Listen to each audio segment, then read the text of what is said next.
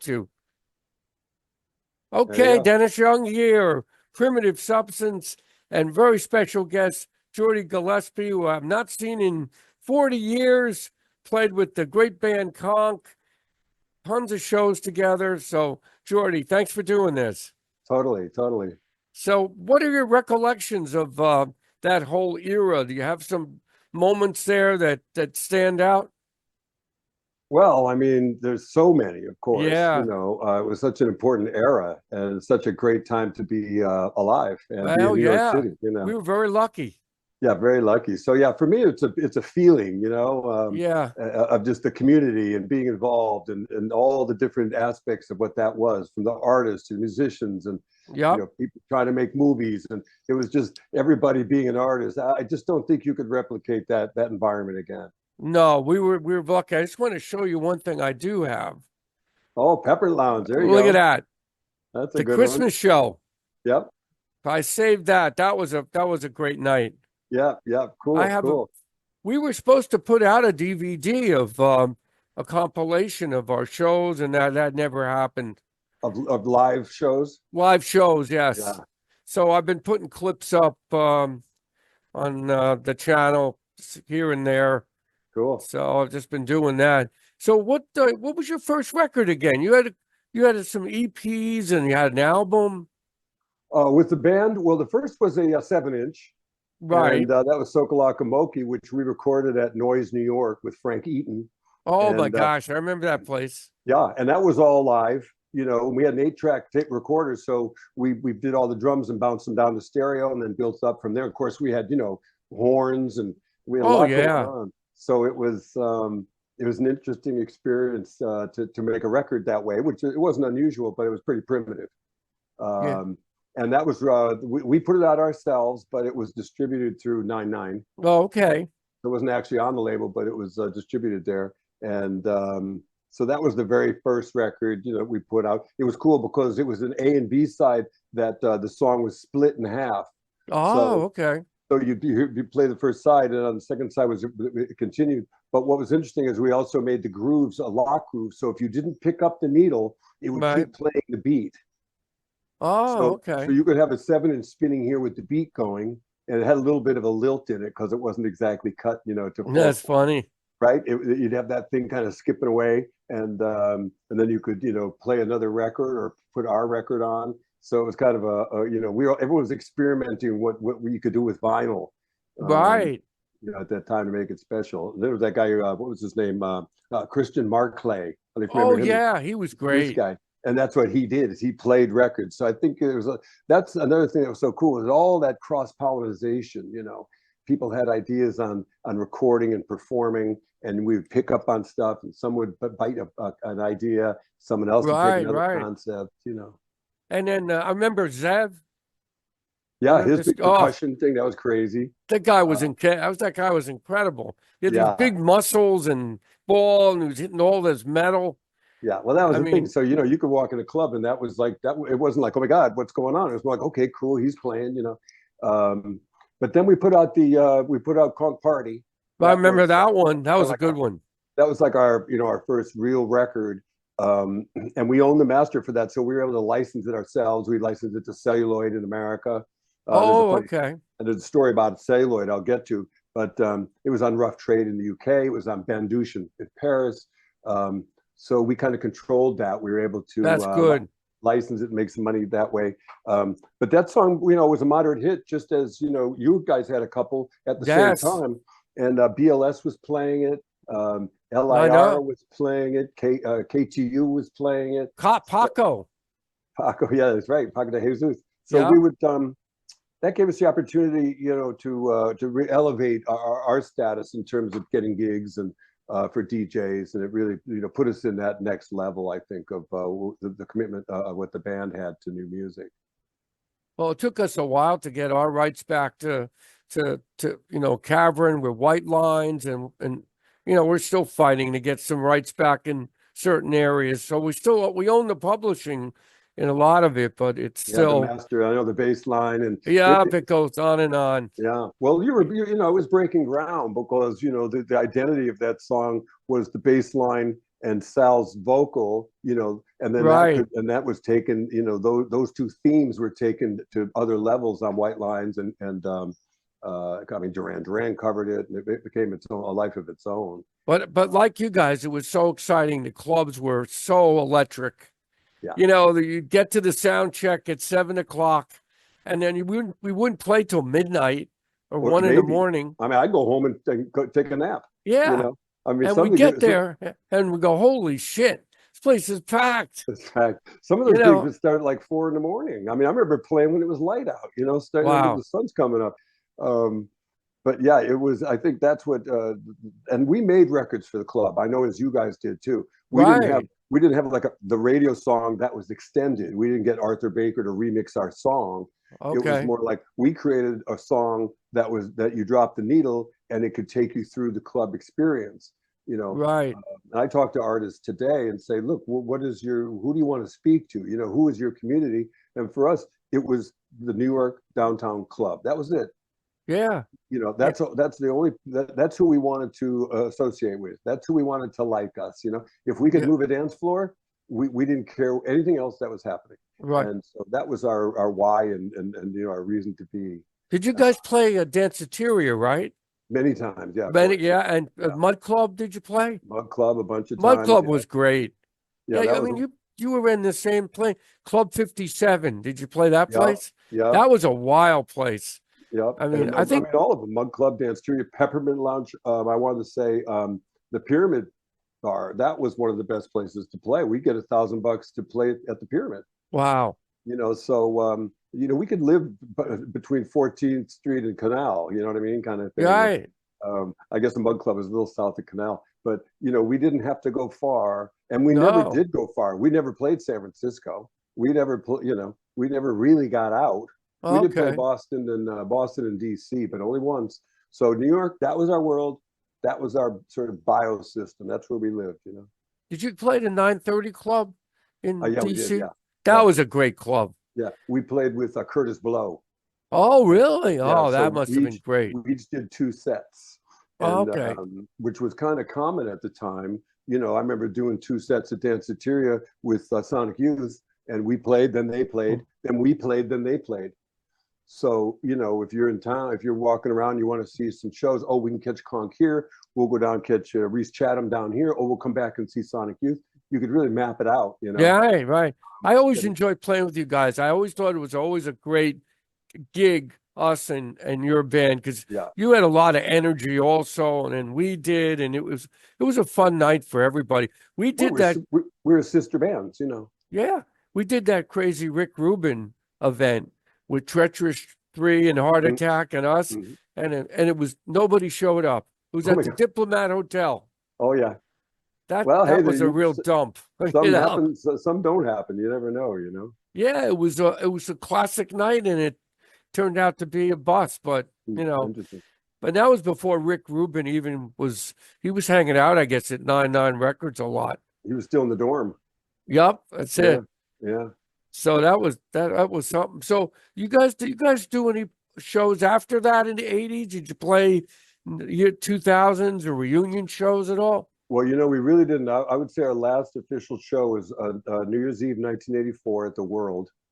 Oh, okay. I'll never forget it because the floor was like bouncing up and down. I was like, how's this going to sustain? You know, there was it was down on Avenue. It was like First and C or something down there. That was our last really official show. We did do other shows, Shannon and I, with other musicians. We did go out and play some songs, but that was the last official one. We did do a party at Santos in 2013. We played there. That's a great club. Yeah, this was for Mark Kamen's memorial, which was 2013. So when he passed, we hadn't played in many years. It could have been, you know, almost 30. You know, it was 30 some years. Right. That we had even played or even hung out, you know, together. But we ended up, we did do that party, and it was great. We did have a great time down there. Oh, that must have been something. Yeah. Now, have you continued on playing drums with other bands after this? No, after KONK, no. And if you want me to get into it, I can talk about, you know, my trajectory there. When I was with KONK, you know, we licensed our record to Celluloid Records. Right. And they had, celluloid, and that's a whole discussion about who Jean Caracos was, who ran the label, and the musicians he had been involved with, which really informed my view on music much earlier when I was a teen. Right. But we can get into that. But the bottom line was, we go into celluloid, we're looking for some money. You guys, you put out our 12-inch, where's our money? And Caracos goes, I'm sorry, I don't have any money to pay you, but I need someone to work in the mailroom and drive the car around, deliver records. Right. Now, at the time, I was the only one in the band with the driver's license. You grew up in Manhattan, who needs a license, right? So I was a chauffeur at the time. I was actually a private chauffeur, as a day gig. That's funny. Yeah. That's how I made some money. Right. And so they all look at me and they go, well, he's got a driver's license. He's a chauffeur. So that night, I took the gig. That night, I told my guy, I said, sorry, I'm going to quit. He was fine with it because he knew I was a musician. He goes, all right, cool. And I got him someone to replace me. Oh. But next day, I'm delivering records. And I'm going to Boston. I'm going to Philly. I'm taking 12 inches. And by the way, I'm also taking my own. But it was all kinds of stuff. It was Ramel Z, and it was Africa Bambaataa. It was Fela Kuti. Yeah.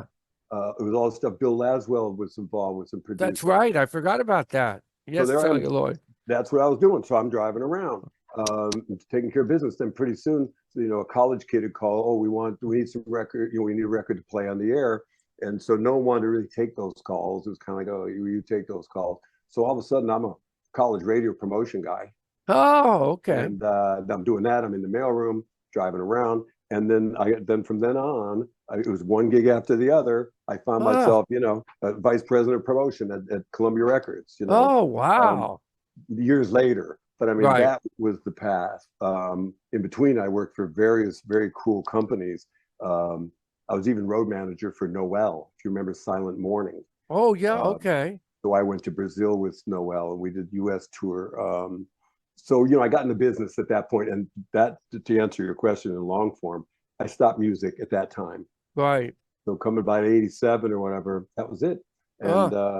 And I had been a musician for many years before. I was classically trained. I studied in Paris percussion. Oh, wow. I know I played timpani in the orchestra. Wow. I played xylophone.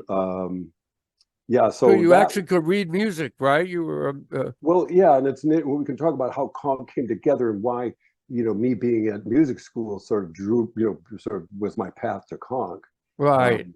But yeah, I studied music, and I also studied jazz and Afro-Cuban. I could read Afro-Cuban percussion. That's great. Yeah, I was in Santa Cruz actually in college, and Dana Volchak, who is the mastermind, right. Was also there. As many others were too. Wayne Horvitz. There's a whole bunch of musicians who were at Santa Cruz in 1975. Okay. So Dana and I we're playing free jazz, where he and I were doing, the interstellar spaces kind of thing. Right. We played all the standards, Miles, Coltrane, Parker. So we were studying jazz, but also Afro-Cuban jazz, Dizzy Gillespie and all those permutations. But that's how, and then I went to Paris after that, and I was studying just classical music. I say classical, we call it, it's really academic, contemporary academic. Okay. And there I was playing, music of Kagel and Boulez and Zanakis. So it's a whole other place, Bartok. Man. Then I go back to New York. Dana's there. We're like, hey, what's going on? I played in a couple bands with Dana. One was with Steve Piccolo, who was with the Lounge Lizards. He was the bass player. So this was a trio. So I was playing with Dana there. It was very kind of avant-garde, jazzy. And then he goes, hey, we're going to do this new thing. I'm working on this band, KONK. Want you to drum. So that's how I segued into that. How about that? Yeah. So I actually went to NYU. I graduated at NYU, and then I started to play with Dana. Wow. I never knew you were classically trained, and that's fantastic. Well, I could have gone either way. After studying in Paris, I could have stayed on the academic tip. Right. And there's all kinds of avant-garde music in Paris at that time, as there still is, but then it was very important. Oh yeah, I'm sure. And percussion, in percussion and contemporary academic music was very important. I don't know how, what's happening. It's kind of a small tribe. Right.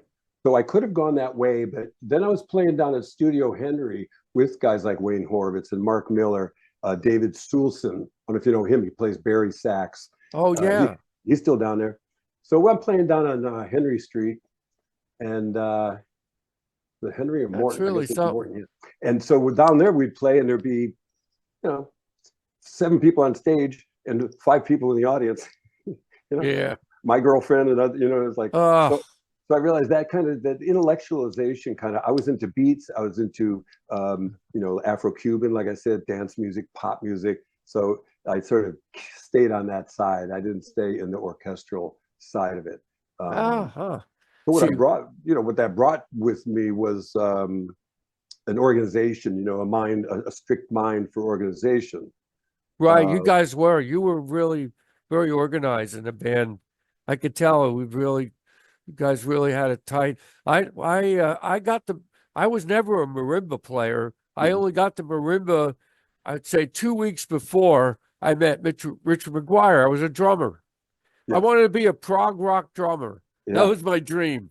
I had a huge drum set, and I was Pink Floyd. I used to play covers and all that kind of. But It's amazing how things can change. Like with you, right? This happened. You follow a path, and sometimes you might come back, but generally you don't go back. You keep going on that path. Right. So for our band, I think part of what I represented there was that structure. I could count 8 bars. I could count 16 bars.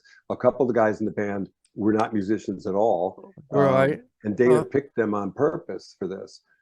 He put this band together as it was more like creating a play rather than just like, okay, you guys do this. Right. It's more like, okay, Shannon, we need this energy.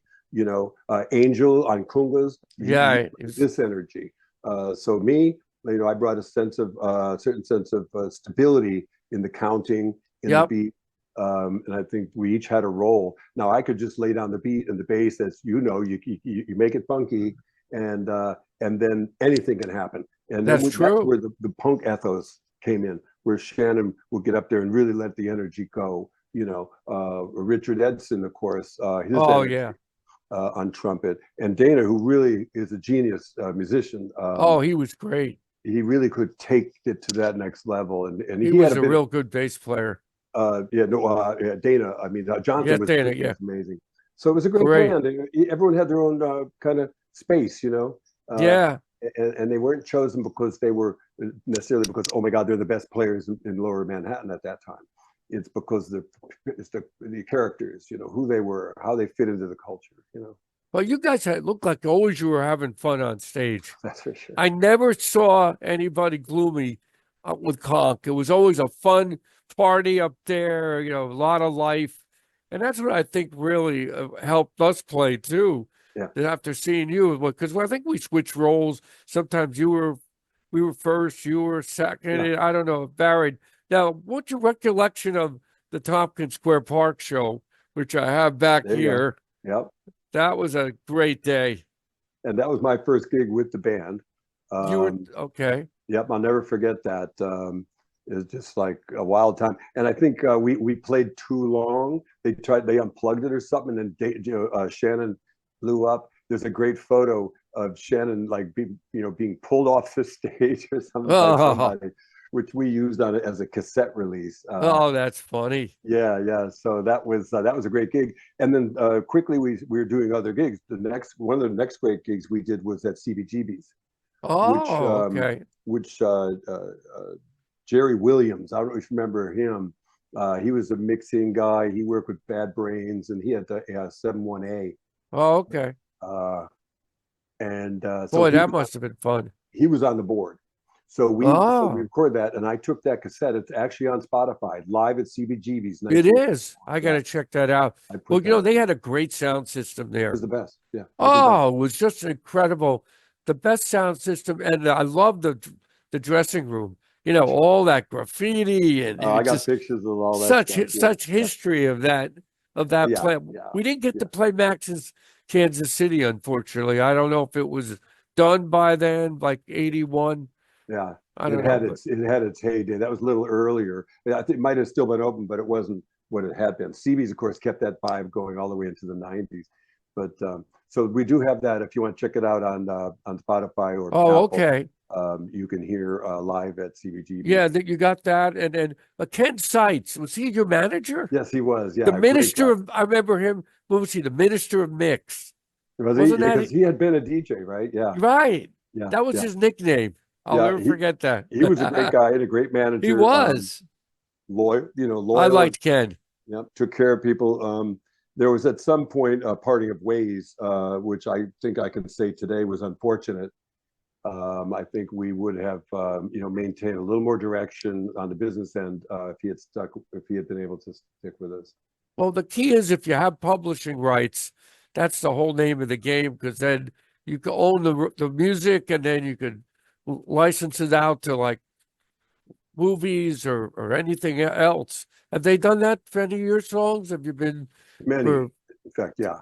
That helps. Quite a few. That's great. And generally, if there's a Jean-Michel Basquiat documentary, we've got a song or two of it. We're on that too. Yeah. Yeah. So the last thing we're in, actually, there's a great documentary about Camden Town in London. This is a 4-piece documentary that Dua Lipa has executive produced. It's on Disney Plus. It's current. So it's in 4 parts, and the 4th part is about the club scene in the 80s. Oh, okay. And they talk about Madonna coming in and everything. Unfortunately, we never played there. That was one of I think the weak spots we had. I think if we had stayed partners, he might have gotten us there. He should have.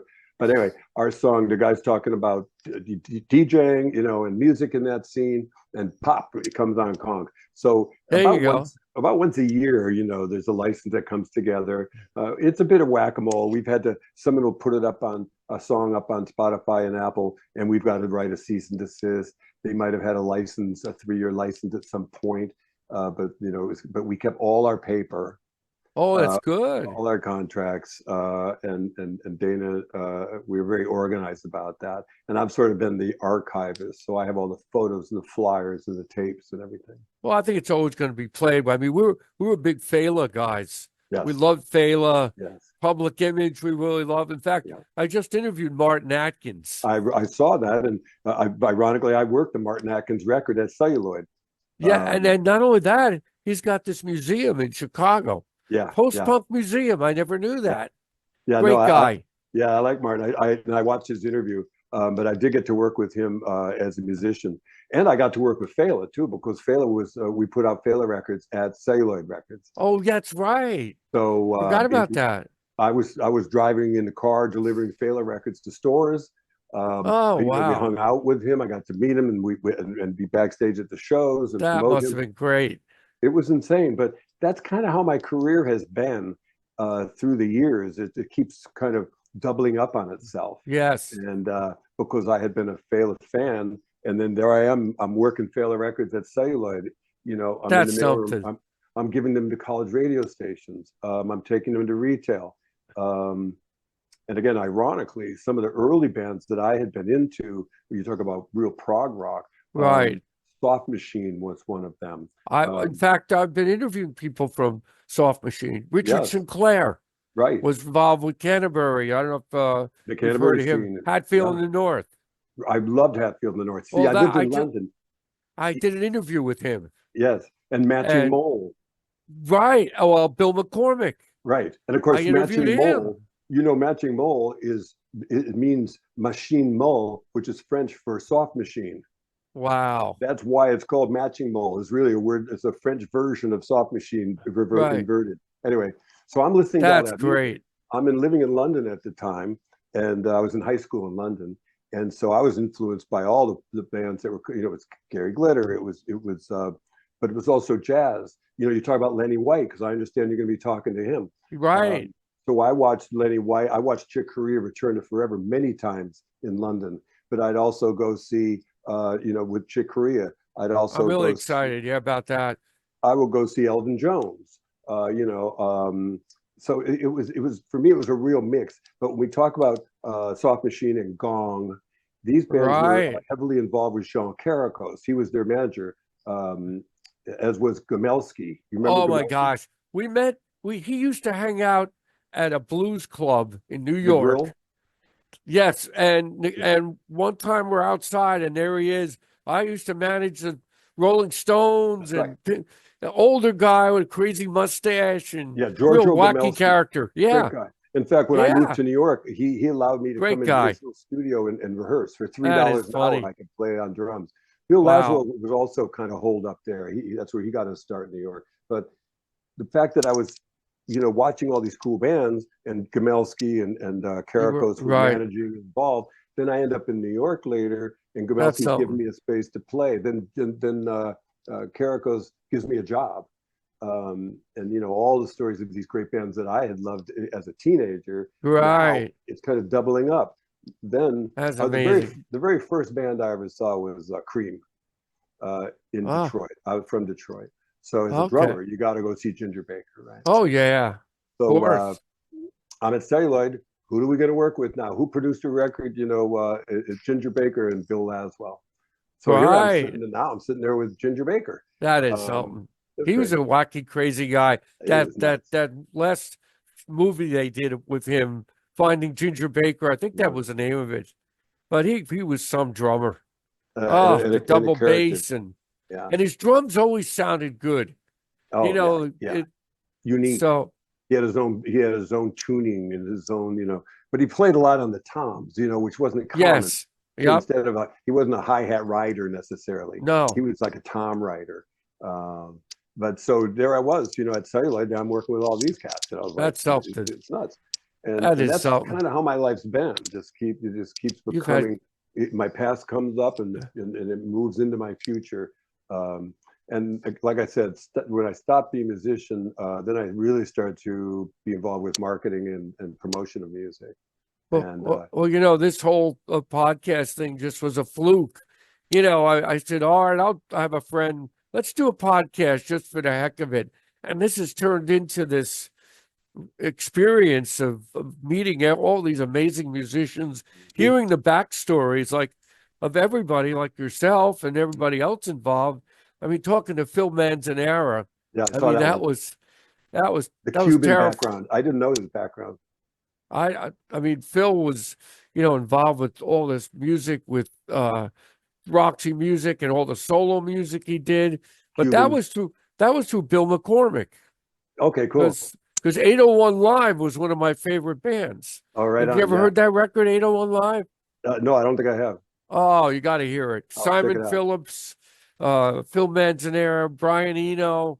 If you ever get a chance. Yeah. Because Simon Phillips was always one of my favorite drummers. Mm-hmm. So, but that's where I'm from. But, well, Geordie, this has been great. This has been a great interview. And you guys put out a couple albums too, right? Well, we did do we went to Belgium, believe it or not, to sort of, encapsulate where our music was up until then, because we had a lot of songs we had never recorded. Right. That are really great songs. And so we did do that. It's called Yo. And that's great. Crazily, it didn't come out in the US. It came out in Belgium as an import. And so we exploited that to a degree, but not to the extent we could have. And I think that was near the demise of the band. By then Ken had left. We just didn't have the overview, the management, capacity to move this into the system to the next level. Right. We had offers for major labels to record, which we would sort of, no, we're going to stay indie. So, we were kind of like the Fugazi of the dance world. But we did that album. We also had a big single, which, was arguably our biggest single, and that's Your Life. Oh, that's right. I remember that. Which was a bigger song and still is the most licensed and most streamed. And that was recorded at Unique with what do you call it? Well, we produced it actually. Dana really produced it, but it was Chris Lord Alge who was on the board. Okay. Early Chris Lord Alge. I mean, now the guy, he's so accomplished. I mean, 30 years ago, he's doing mixes for Stevie Winwood and whatever. But at that time, just started out, and we did. That was probably our the process of making that record was so unique because we were still working with analog. This didn't go onto a hard drive. So a lot of the tape, we would record 24 vocals. I'd do 24 vocals, tracks and then bounce them to stereo. Wow. It was this big, huge sound. Then that would be, then we could put that, then we'd actually fly that into a different area. We didn't like record really? it. Wow. So there's a lot of element, of very, very kind of live element to it that added, kind of tension and danger to the sound. Right. That is arguably our most accomplished track. Now you guys put out from Soul Jazz, right? The definitive KONK, right? Record? The definitive collection we've done on our own. Is that still around? Can you still buy that? Well, it's on it's on the streaming services. That we never made a physical version of that. Right. But Soul Jazz has released various, the Noise New York and all that stuff. New York. Right, Noise. right. And we have several songs on those compilations. So you can buy it on vinyl or CD. Okay. We also did a really great 3-record set that if anyone's interested, I can send it to them. Yes, send me everything you have so the viewers can get familiar with your music that don't know it, because you guys were great at the time.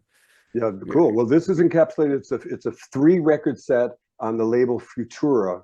Okay. Futurisma, sorry, is what it is. Okay. Futurisma. Delaney over there called us up. He had just done James Chance. He had just done Devo. And so we put all kinds of stuff on there that wasn't available anywhere. Like I got to look for that. Yeah, and I can send you a copy of that as well. It's a 3-record set, and we actually wanted to put the poster that's behind you in the record as part of it, but Richard didn't approve that. So the poster we put in is us with a Pig Bag. Oh, I remember them very well. Yeah. We did a New Year's Eve show, so there's a poster kind of about that size or a little smaller. So that's speaking of Pig Bag, here we did a show with them. I'm telling you, man, it's like look at everybody else who's in there. Yeah. They were great. I think we saw the first show. Me and Sal went to see them at the Mud Club. That was the first show they did, I think, in New York. They were really, really good. I think they were not copying, but they had that sound like we were doing. Well, there was the British scene and the US scene. You had Haircut 100. You had they would say, we're the British KONK, and we're the American Pig Bag. They're the British KONK. Playing that New Year's Eve show was pretty cool. That must have been fun. And that's one where we did the sound check, and my girlfriend and I went home and fell asleep. Set the alarm for like 3 a.m. I think our set was at 4. But everyone was backstage. I mean, it was insane. Yeah. There's Thurston. There's, everybody was just there, and it was like, okay, this is the party. Right. Well, that's what we played when we played those disco shows when Cavern and White Lines was happening. The Funhouse, Paradise Garage we played. Yep. Club Zanzibar in Newark at 4 o'clock in the morning. Isn't that crazy? 3 songs. That's it. Yeah. Well, I remember we played Paradise Garage, and it was we played at 4 in the morning twice. Like we played Friday night, and then we played Saturday night. We didn't have to break down or anything, so we just we played that night. Then Saturday we played again. I'll never forget, because we're in a jam. We're in a percussion jam, and Larry Levan starts playing our record over the jam, over our live playing. Boy, you can't beat that. Can't beat that. Here we are. We're all rocking out percussion. All of a sudden, we hear our horns coming in with delay, and the horn players are playing percussion. It was just like an experience. You can't recreate that. No, you're right. So we've had our records issued like 3 times now. So we're maybe a 4th. I don't know, but our music keeps living on because it was so original, and people are really into that period. Yeah, it was that 80s post-punk, wave of music in New York. Yeah, it was part of the zeitgeist. That's really the only way you can describe it. We were living that whole experience, you and me. So anyway, it was great talking to you, Geordie. Send me some information, and I'll put it in the description of. Okay, I'll send you some links for our stuff. Great, that'd be great. Yeah, I look forward to it. It was great talking to you again. Great catching up. I'll be watching the next episodes too. You're doing a great job. I'm gonna have Derek Schulman on too from Gentle Giant. That's another biggie. Saw them many times. I know. I love Gentle Giant. They were one of my favorite bands. So I've been very lucky. I'm honored. Yeah, I'm honored to be part of this. This. Oh, absolutely. You're great crew. You're part of all this. I'm glad you're on it. Cool, man. Well, we'll talk soon. Take care. Thanks, Geordie. Have a great night.